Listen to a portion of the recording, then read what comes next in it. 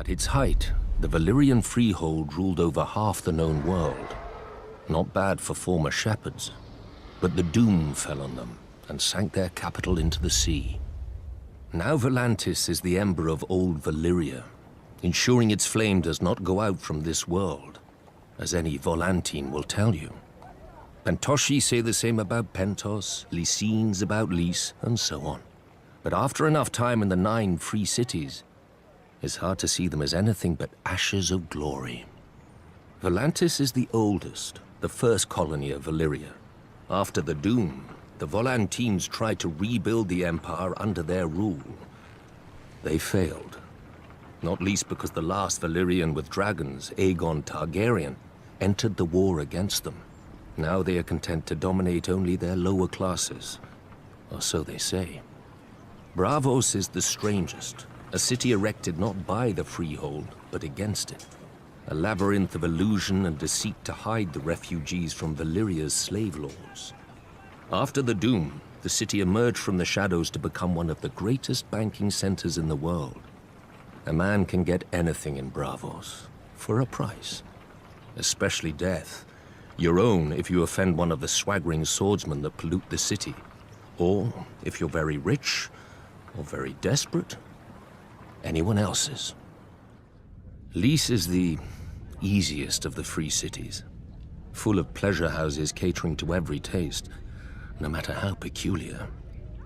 Many men lose themselves in Lys and are never found, at least alive.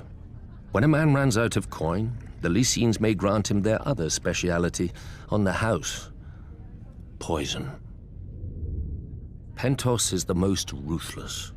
The Magisters make a great show of choosing the Prince of Pentos from the great families and granting him the powers of trade, justice, and war, as long as he checks with them first. On the new year, to bring good fortune to Pentos, this prince must deflower the Maid of the Field and the Maid of the Seas. I confess I don't know how each is chosen, or what becomes of them after serving their purpose. But if a crop should fail or a war be lost, the Magisters will slit the prince's throat and choose another. The other free cities are known for what they make.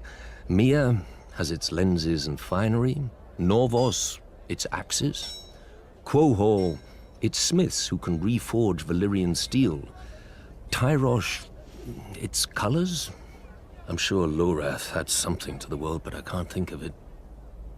Frankly, the 9 of them are more alike than they would care to admit.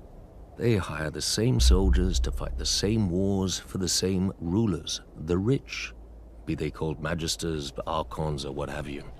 When a Dothraki Khalasar approaches, they gift the same tribute to avoid the same sacking.